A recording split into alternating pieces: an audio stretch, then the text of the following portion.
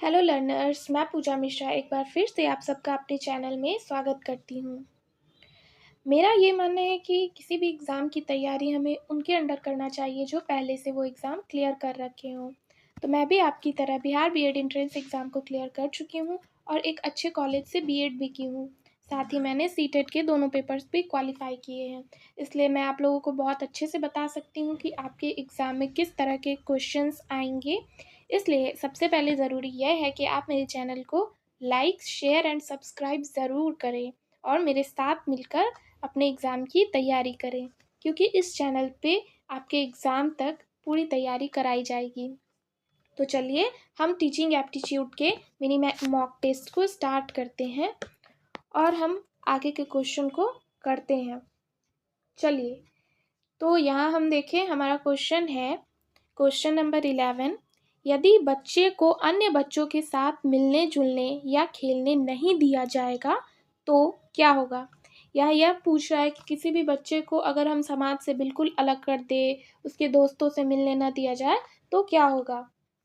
Option है, वह पूरा ध्यान अपनी पढ़ाई पर लगाएगा, वह सदैव उदास रहेगा,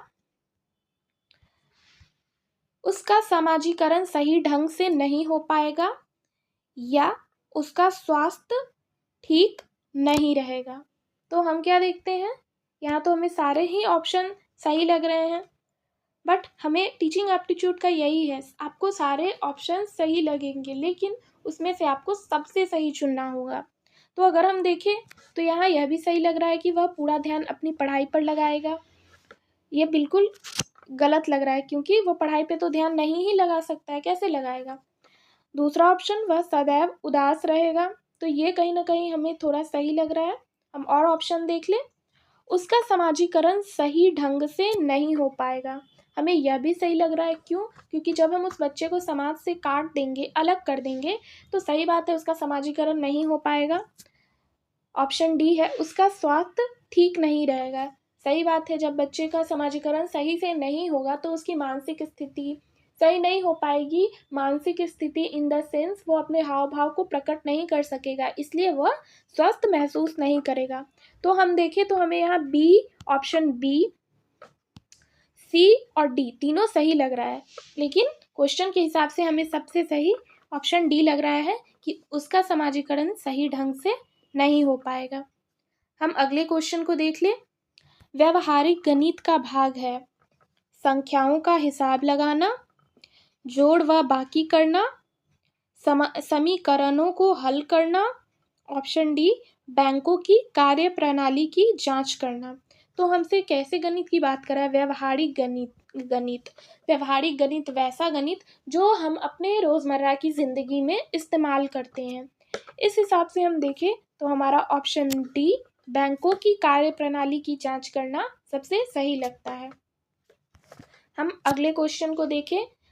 समस्या समाधान एक ऐसी प्रक्रिया है जिसकी ओर सीखने संबंधी सभी क्रियाएं अग्रसर होती हैं तथा दी गई समस्या का समाधान करती है। उक्त परिभाषा दी है। हमसे यह पूछ रहा है कि यह परिभाषा किसने दी है। तो इस तरीके का क्वेश्चन आपके एग्जाम में आ सकता है और इसका करेक्ट आंसर हो जाएगा ऑप्शन डी, सी, यानी योकम और सिम्पसन ने।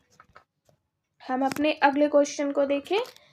विद्यार्थी गणित की संकल्पनाओं और सिद्धांतों के अर्थ को समझता है, यह अधिगम के किस उद्देश्य की प्राप्ति है। अधिगम आपको नया शब्द लग रहा होगा, लेकिन अधिगम का अर्थ होता है सीखना या सीखने की प्रक्रिया। तो अब हम देखें इस क्वेश्चन को, तो क्या है, विद्यार्थी गणित की संकल्पनाओं और सिद्धांतों के अर्थ को कैसे समझता है, यह अधिगम के किस उद्देश्य की प्राप्ति है। तो हम ऑप्शंस देख लें। कौशल, पूर्व ज्ञान, अनुप्रयोग एवं अवबोधन। तो हमारा यहाँ सही हो जाएगा आंसर ऑप्शन नंबर डी, अवबोधन। हम अगले क्वेश्चन को देख लें। तर्क प्रधान विधि है, हमसे उस तरीके की विधि पूछा जा रहा है जिसमें तर्क प्रधान हो।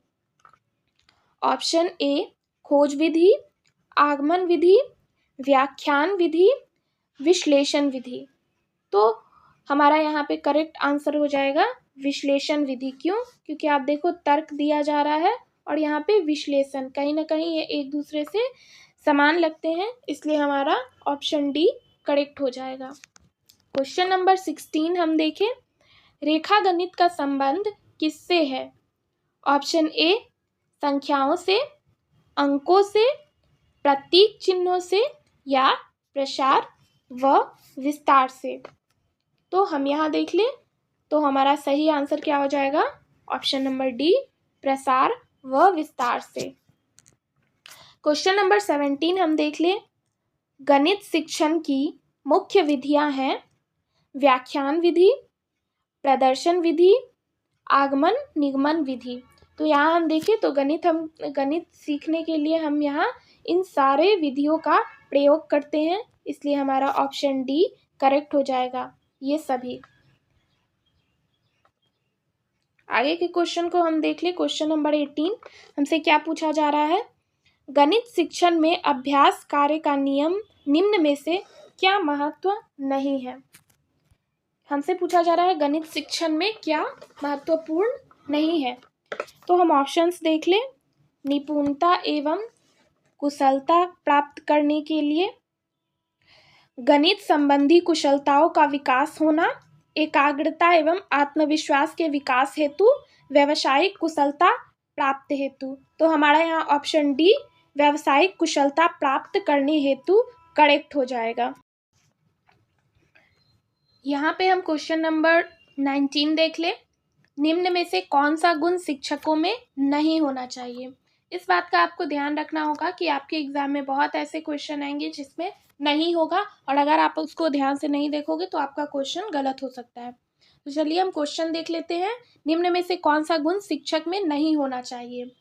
गणित की विषय वस्तु का उपयुक्त ज्ञान, अभ्यास कार्य को अधिक महत्व देना, पक्षपात रहित व्यवहार, वार्षिक योजना तैयार नहीं करना। तो यहाँ हम देखें तो गणित का विषय वस्तु का उपयुक्त ज्ञान तो होना आवश्यक ही है। अभ्यास कार्य को अधिक महत्व देना, तो अगर हम देखें टीचिंग एप्टीट्यूड में तो उस तरह की चीज़ों को अवॉइड किया जाता है, इग्नोर किया जाता है, जिसमें लगातार प्रयास करना या फिर जो चीज़ नहीं आ रहा है उसको लगातार करना, इस तरह की चीज़ों को मान्यता नहीं दी जाती है या सही नहीं समझा जाता है। तो जब भी आपको लगातार अभ्यास करना, रटना, इस तरीके की चीज़ आएगी तो वो हमेशा ही गलत होता है। तो यहाँ पे हमें दिख रहा है कि ऑप्शन बी हमारा यहाँ पे करेक्ट हो जाएगा कि अभ्यास कार्य को अधिक महत्व देना शिक्षकों को नहीं करना चाहिए। हम क्वेश्चन नंबर 20 देख लें। गणित शिक्षण में अभ्यास कार्य देते समय किस बात का ध्यान रखना चाहिए? अभ्यास कार्य का उद्देश्य स्पष्ट होना चाहिए, बिल्कुल सही बात है। अभ्यास कार्य की गति उपयुक्त होना चाहिए, सही बात है। गति ना अधिक होनी चाहिए ताकि हर बच्चे समझ पाए एक सामान्य गति में।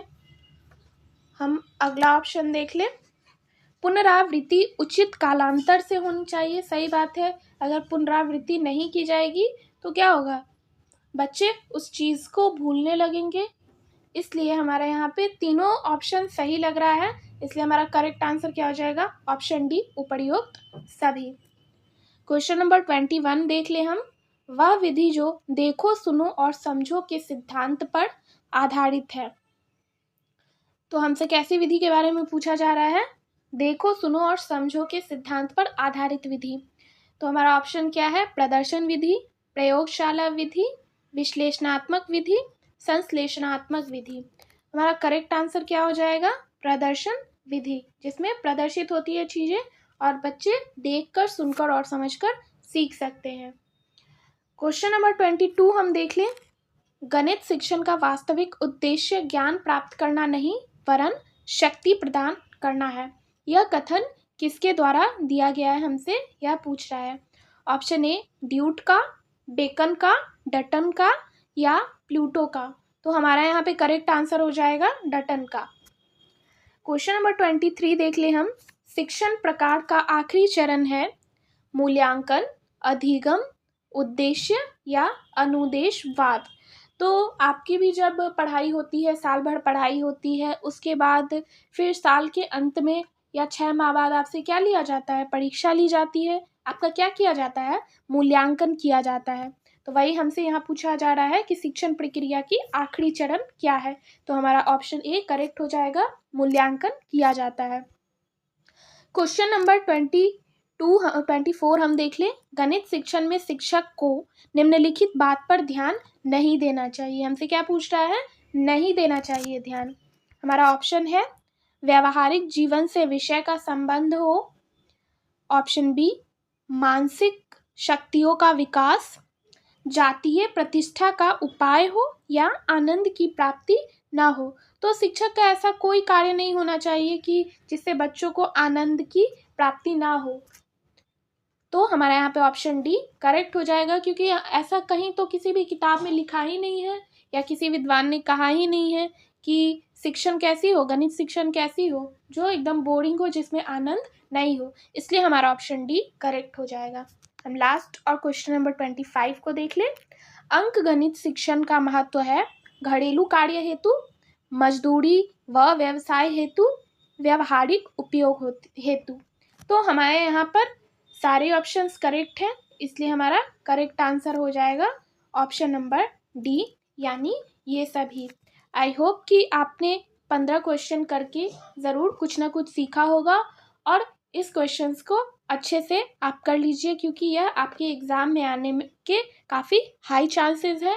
एंड मेरे चैनल को लाइक करिए, अपने फ्रेंड्स के साथ शेयर करिए, और साथ में ही मेरे चैनल को सब्सक्राइब करिए, क्योंकि इस चैनल पे सारे सब्जेक्ट की रेगुलर क्लासेस आपके एग्ज़ाम तक ली जाएगी।